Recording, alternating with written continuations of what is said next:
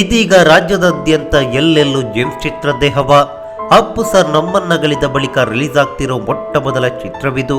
Appu sir cinema ಆದ್ಮೇಲೆ ಅದಕ್ಕೊಂದು craze ಇದ್ದೇ ಇರುತ್ತೆ. ಆದರೆ ಈ ಬಾರಿ ಅಪ್ಪು ನಮ್ಮೊಂದಿಗಿಲ್ಲ.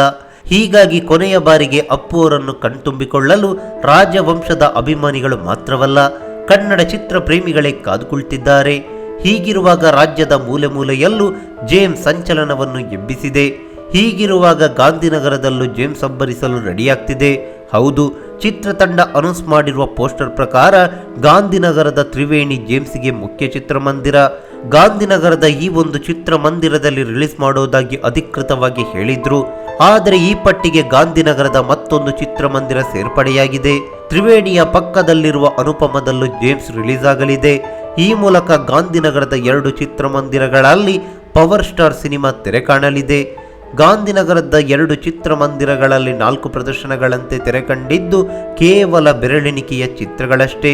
ಹಾಗೆ ಈ ಹಿಂದೆ ಅಪ್ಪು ಅವರ ಯಾವ ಸಿನಿಮಾ ತೆರೆ ಕಂಡಾಗ್ಲೂ ಗಾಂಧಿನಗರದ 2 ಚಿತ್ರಮಂದಿರಗಳಲ್ಲಿ 4+4 ಪ್ರದರ್ಶನದಂತೆ ತೆರೆ ಕಂಡಿರಲಿಲ್ಲ.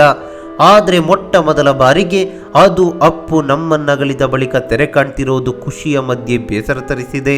ಈಗಾಗಲೇ ಮಲ್ಟಿಪ್ಲೆಕ್ಸ್ನಲ್ಲಿ ಟಿಕೆಟ್ಗಳೇ ಸಿಗ್ತಾ ಇಲ್ಲ. ಒಂದಿಷ್ಟು ಸಿಂಗಲ್ ಸ್ಕ್ರೀನ್ಗಳಲ್ಲಿ ಸೋಲ್ಡ್ ಔಟ್, ಮತ್ತೊಂದಿಷ್ಟು ಥಿಯೇಟರ್ಗಳಲ್ಲಿ ಸೀಮಿತ ಟಿಕೆಟ್ಗಳಷ್ಟೇ ಬಾಕಿ. ಪರಿಸ್ಥಿತಿ ಹೀಗಿರುವಾಗ ಇವೆಲ್ಲವನ್ನು ಅರಿತ ಚಿತ್ರತಂಡ ಗಾಂಧಿನಗರದ 2 ಮುಖ್ಯ ಚಿತ್ರಮಂದಿರಗಳಲ್ಲಿ ಅಪ್ಪು ಸರ್ ಅವರ ಸಿನಿಮಾವನ್ನು ಪ್ರದರ್ಶಿಸಲು ಮುಂದಾಗಿದೆ. ಅದೇನೇ ಇರಲಿ, ಅಪ್ಪು ಸರ್ ನಮ್ಮೊಂದಿಗೆ ಬಾಹ್ಯವಾಗಿ ಇಲ್ಲದೇ ಇರಬಹುದು, ಆದರೆ ಆಂತರಿಕವಾಗಿ ಪ್ರತಿಯೊಬ್ಬ ಅಭಿಮಾನಿಯ ಮನಸ್ಸಿನಲ್ಲಿ ರಾಜನಂತೆ ಅಜರಾಮರವಾಗಿರ್ತಾರೆ. ಜೇಮ್ಸ್ ಚಿತ್ರ ಬೆರಳೆಣಿಕೆಯ ದಿನಗಳಲ್ಲಿ 100 ಕೋಟಿ ಕ್ಲಬ್ ಸೇರಿ ಹೊಸ ಇತಿಹಾಸವನ್ನು ನಿರ್ಮಿಸಲಿ ಎನ್ನುವುದೇ ನಮ್ಮ ಆಶಯ. ನಮಸ್ಕಾರ.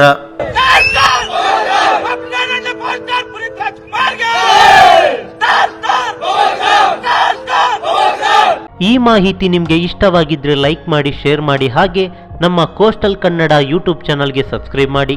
ನಮ್ಮ ಹೆಚ್ಚಿನ ಅಪ್ಡೇಟ್ಸ್ಗಳಿಗಾಗಿ ಕೋಸ್ಟಲ್ ನೆಟ್ವರ್ಕ್ ಇನ್ಸ್ಟಾಗ್ರಾಮ್ ಪೇಜ್ ಹಾಗೆ ಫೇಸ್ಬುಕ್ ಪೇಜ್ಗೆ ವಿಸಿಟ್ ಮಾಡಿ. ಧನ್ಯವಾದಗಳು.